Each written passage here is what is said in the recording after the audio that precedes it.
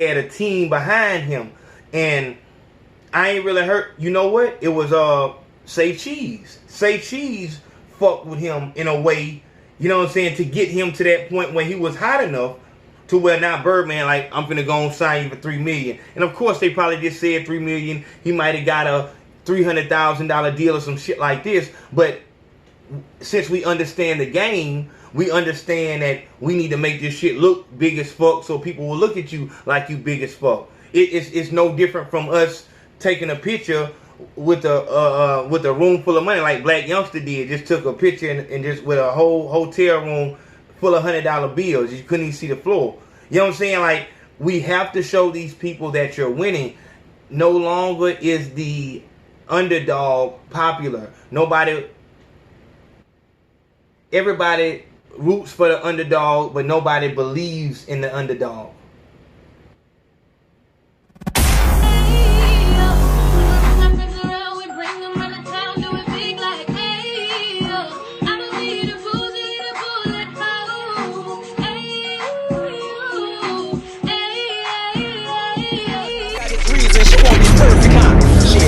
America wasn't built in a day. Go ahead, document what I say, cause it's fact. Blood up a slave picture. The corners that we hang on, our ancestors hung on. 4 o'clock in the morning, crosses burning on the front lawn. I'ma tell you what it is, they get they stun on. I learned how to write raps from writing letters like, Pops, when you gon' come home? I don't understand, how would someone make that? I'm looking right now. Let's see what the hip hop charts Black look and like. infiltrated. So they got us. Hey, welcome back to the Big Facts Podcast and the Rap Trap. I am A.O. Consaco, fearless leader of A.O. Nation and the Men Too movement. So, somebody please reach out to Joe Budden and the Joe Budden Podcast and let them know there is a men's rights group that's out here fighting for men's rights. This is In Hindsight and Are You Serious? Are You Serious? Yes. Today we talking about, speaking of hip hop, I told y'all this shit a long time ago, that,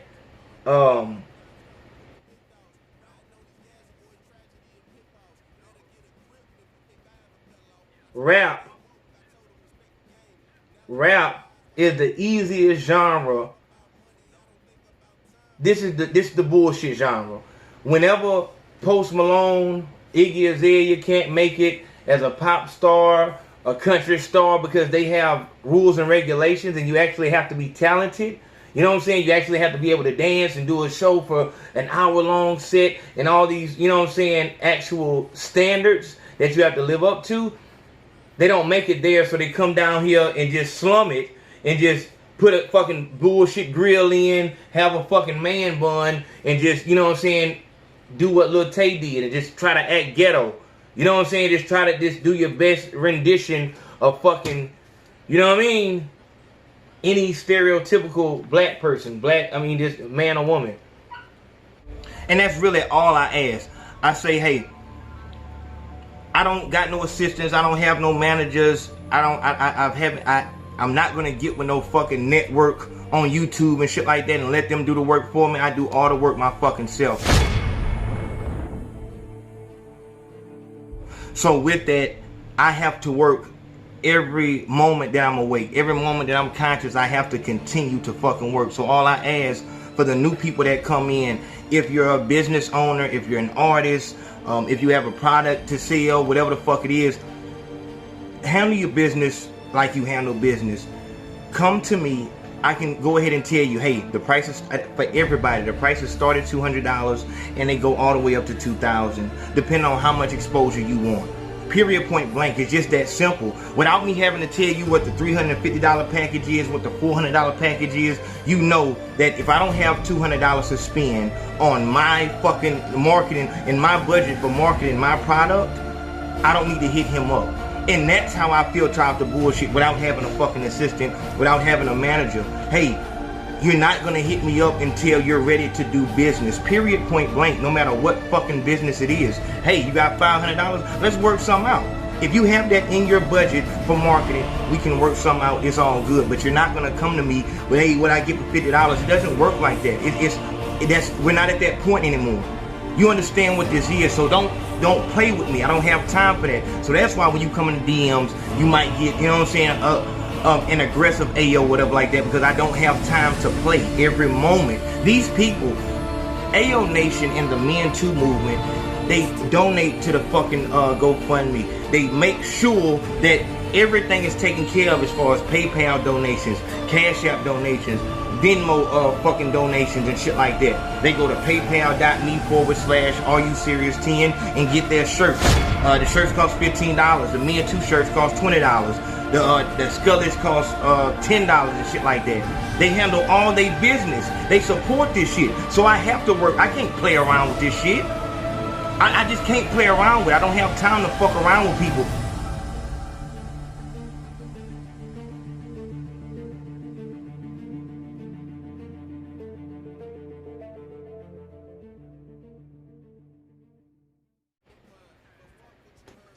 And it fucking works. And honestly, I'll be honest with you.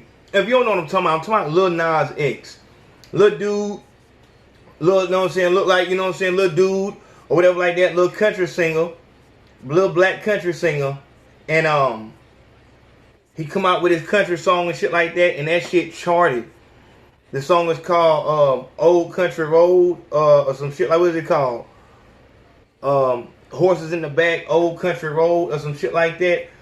And the song is it rock. It rock. Like it's that bridge. It's really that bridge between like live shit and country music. You know what I'm saying? So that shit was live as fuck. And I'm gonna be honest with you, my nigga. When I saw the nigga and when I heard the way the music wasn't what I usually listen to, but it still worked. I thought of a nigga named what's my nigga name? Ace Hardy.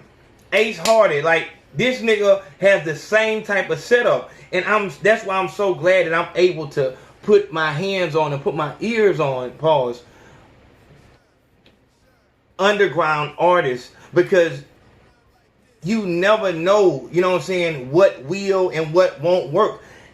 One good thing about the industry at this very moment is that if you are talented, you can spiderweb your way. Like, you don't know like what is what. Like, you don't have to put a label on yourself. You can just like, this is just good. You don't have to put no motherfucking, you know, nothing on it. This shit is good, whatever the fuck it is. You know what I'm saying? My nigga Ace Hardy, go fuck with his Instagram, go fuck with his YouTube. Got a song, I fuck with the song called Light Work and shit like that. Of course, it's my type of music as far as what he's saying, but the shit is so different. You don't have you can't put a box on it. You know what I'm saying? But with the nigga Lil Nas X, with his song charting, the people in the country music world, just like we should have people in the rap world to say what can go and what won't go, they took his shit off the fucking billboards. When the fuck have you heard, of course the little boy is black, but when the fuck have you heard of, I want to know who in the fuck made that call? Who was able to say, no, that's not country enough? That's what they're saying. That doesn't represent, they took it down because it didn't represent country music. All good. I'm saying, all right, that's because I told y'all, in those genres, you do have to be talented. You know, but the issue is, this little boy made a fucking country song. It wasn't trash. It was good. So this boy made a good country song and got pulled off the motherfucking charts. These motherfuckers make bad rap songs and continue to fucking chart. And take our positions. You can't tell me that Lil Xan is better than Ace Hardy. Fuck it, let's do it. I'll give you an underground artist. And DZAM. My Eskimo Shawty. Brim D. Kid Marshall. Audrey. I'll give you 1 million of these motherfuckers. Like, you'll take down a little black boy who made a good, but it just lets you know where we at. Like, Fuck all that. I want to know, let's stick to the point. I want to know who the fuck made that call. Because I want to know whoever's in that position, that seat, on the country music side, I want to know who's in that exact same seat on the rap music side. Or is it all the same fucking people? You know what I'm saying? Like, is it all the same fucking people that just run the whole thing? In the beginning, I said they've turned our culture into the revolving fucking door of fucking trash. Like, when you fail in anything else, just be a rapper. This is why you see Disney kids, football players, basketball players, identity crisis people. You know what I'm saying? Just activists, is everybody just if I can't get into shit else, because you can't get in the R&B field, you know what I'm saying? You can't. What the fuck? You can't go to rock and roll. You have to know how to do something. But the place where I can go with absolutely no fucking talent at all is the rap game. As long as I have 100,000 followers, I'm a rapper. And there will be the same way this whole 6ix9ine situation. It don't fucking matter. Like, none of that shit matters. As long as you have the numbers, there will be people trying to do songs with you because it's like, shit, I don't give a fuck how trash they are. I'm just trying to get my numbers up because everybody's just trying to be seen. Like, in this rap shit, that's why it is so. That's why it's a trap. I gotta do a story about this shit. The rapper from Houston, NFL Cartel Bo. This nigga is on, like, he cut off his ankle monitor and he's on the run from the fucking feds. From the feds, not from state police. Shout out to my nigga Aunt D's AM for letting me know about this shit. The nigga posted on Instagram the other day telling folks, I miss y'all and be on the lookout or hit 100 if you miss me and be on the lookout for more music. And it's like, if you on like maybe a state case and shit like that, maybe you can do that because you know that they don't have that type of budget. But if you're on the run from the federal government, the FBI, like the people who, this is what they do is find the fugitives, the real fugitives.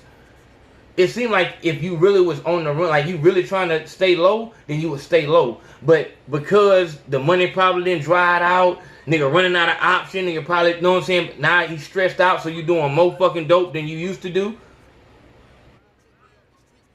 You losing it. Fuck it, I'm just gonna post some shit, let motherfucker know, you know what I'm saying? See the folks still love it because what we know is that I'm gonna get deep with you. What you have to know is that you can still leverage fame for, if you out of money and you have fame, you can turn that fame into money. So fame equals fortune. Fame is equivalent to fortune because, and I use Jocelyn Hernandez as an example. Jocelyn Hernandez had no talent at all.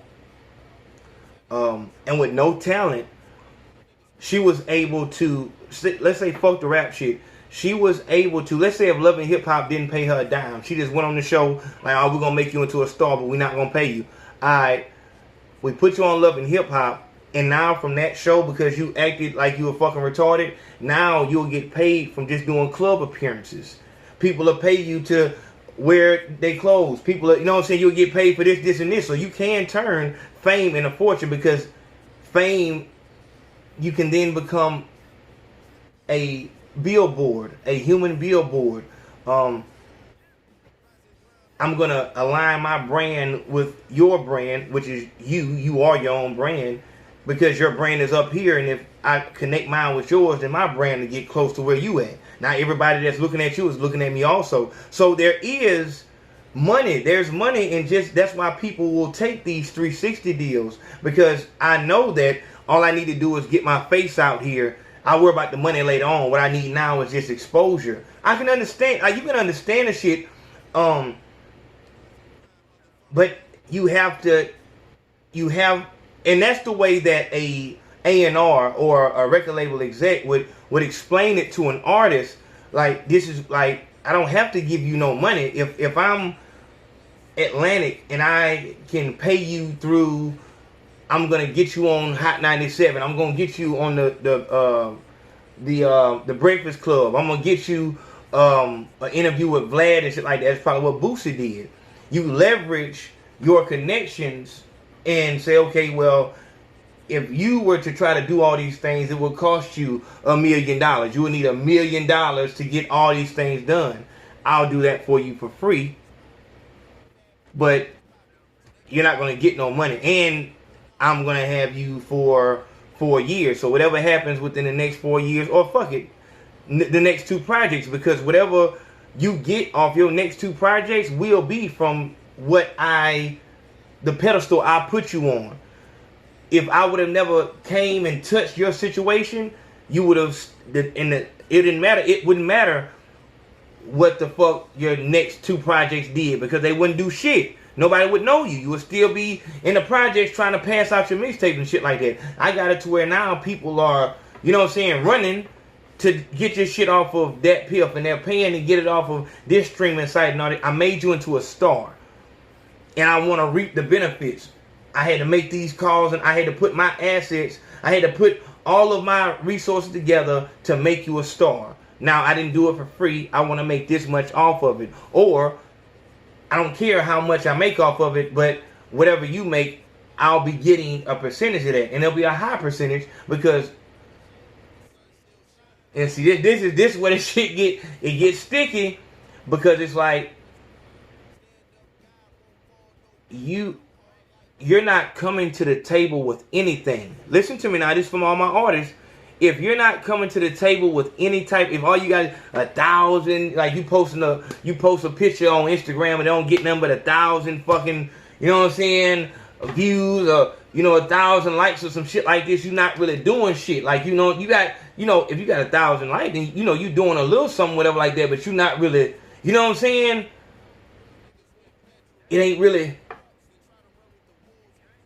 I'm gonna make it to where you have 50,000.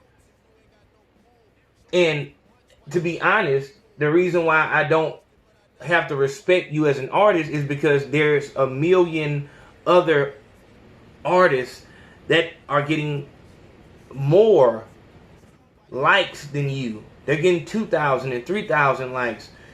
They actually have a buzz going, and they understand that they need a label in order to get to the place they're trying to go. They understand that this is a business, and doors are open and shut by certain people. So it's a crazy thing, man. It's a crazy thing. And the deeper that I am able to see what's going on, I understand where this bullshit is coming from. It's all a big ass circle. The label doesn't have to respect you as an artist because people are knocking down the door to get to that spot where you're at. So now when you get in the room, they don't have to show you that much love. Now, if you didn't hit a, that's why motherfuckers fuck with promotional companies. They fuck with, independent labels and shit like that before they get to a big label. Like, let's take Glock 9 for example. You take Glock 9 and say, alright, Glock 9, he was moving up before he fucked with Birdman, whatever like that. But because he already was heating up, he wasn't heating up by himself. He had a team behind him.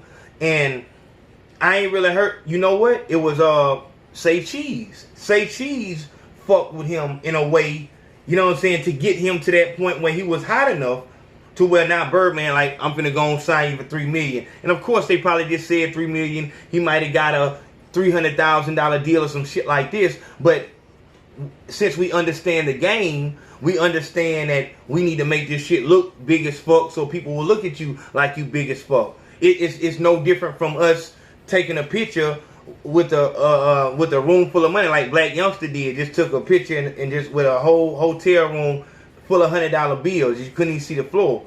You know what I'm saying? Like, we have to show these people that you're winning. No longer is the underdog popular. Everybody roots for the underdog, but nobody believes in the underdog. Everybody roots for the underdog, but nobody believes in the underdog. And that's why they root for him. If they knew that he was going to win, they wouldn't fuck with him. You know what I'm saying? As soon as you start winning in life, everybody want to kill you, rob you, and it's fuck you. You think you better than everybody. But when you down bad and they know you got to come to them to get $5, $10 and shit like that, oh, it's why it's all, they want to keep you around because they like the vantage point. They like the point of view, the vantage point they have on you. They looking down at you. Not only can these people not stand, they never gonna be around to have to look up to you. These motherfuckers don't even want to look eye to eye. They want to be able to look down. And that's why I tell you motherfuckers, watch these nothing ass bitches that be in church. Watch people that be in church that want to feed the homeless and all this shit like this. People just like to be like, that's what I'm trying to tell you. Women, listen, watch that girl that, you know what I'm saying, if you know she a slut bucket and you know you not a slut bucket, stay away from her. Like, if you a big boned girl, preferably the only reason she want to be around you is because she's petite. She know that she'll look better and people might overlook her flaws because they're looking at her in comparison to you. Watch this situation. Just as soon as you get your body right, just as soon as you start to get your body right, she don't want to be around you. But when you get your body right, she gonna start hating you. Believe me. Believe me.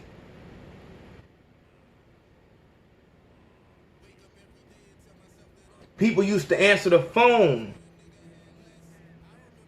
when I had to ask them for $5 and $10. Of course, they'll answer the phone up to the point where they got to give it to you and shit like that. But just as soon as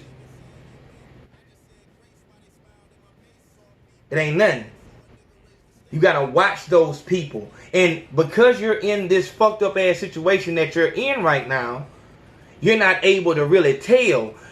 And it's going to be the people that you least expect. But you won't know this until you handle your fucking business. I just talked to my homeboy Eskimo Shawty today, up there in Tuskegee and shit like that. And I told them boys, man, the 3 S's.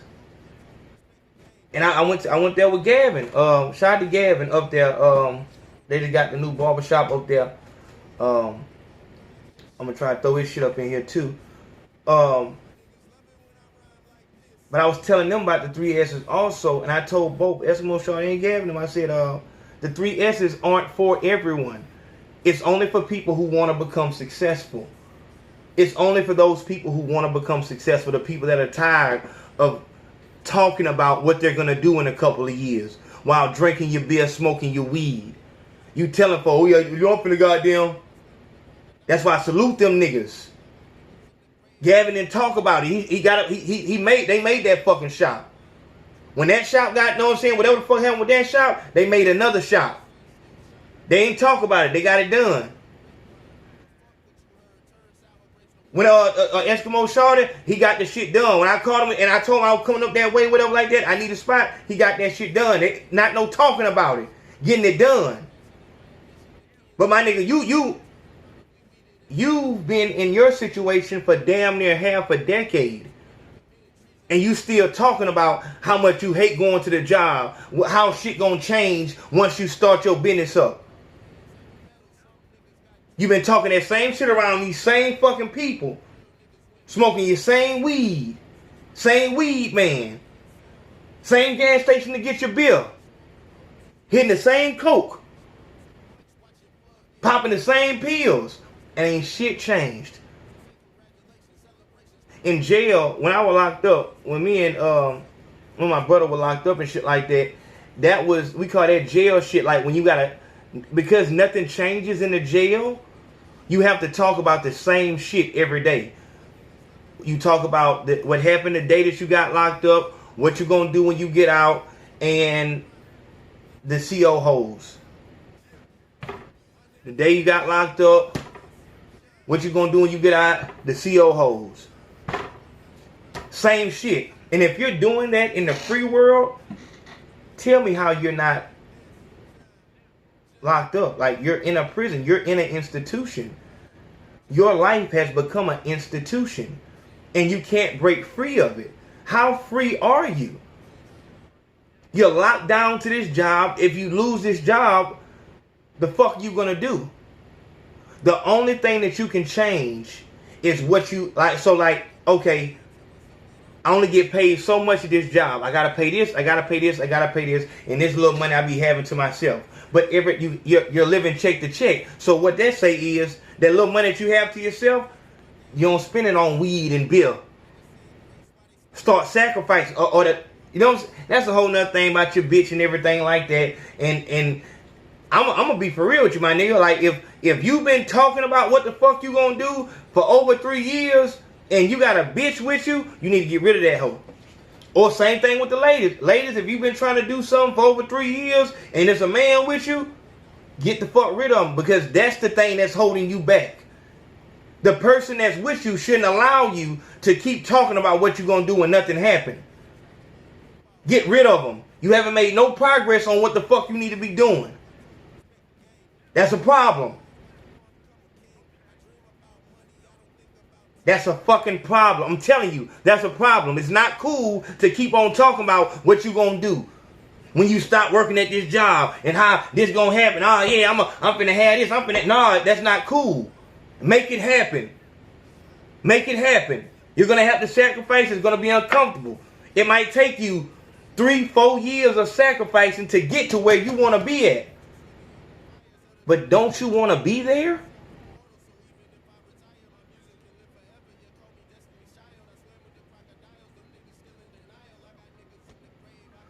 I'm trying to explain this situation with Lil Nas X and shit like that. And what I want to explain to you is let's go back to Glock 9. Glock 9 was with Say Cheese. Say Cheese media outlet used his resources to help Glock 9 get up there. As soon as he get up there, he fuck with Birdman. Not him and Glock 9 beefing because Glock 9 feel like it was his talent that got him where he at. And it's like, as an artist, you need to understand, if it was about your talent, then you would have already been where you need to be at. It's not about your talent. It's about who's seeing you. You know what I'm saying? It's about the exposure. And you in your little town where you're at, no one is seeing you. It doesn't matter how long you continue to put out those videos on Facebook and Instagram, folks ain't seeing you. You're going to have to spend some money and get some exposure.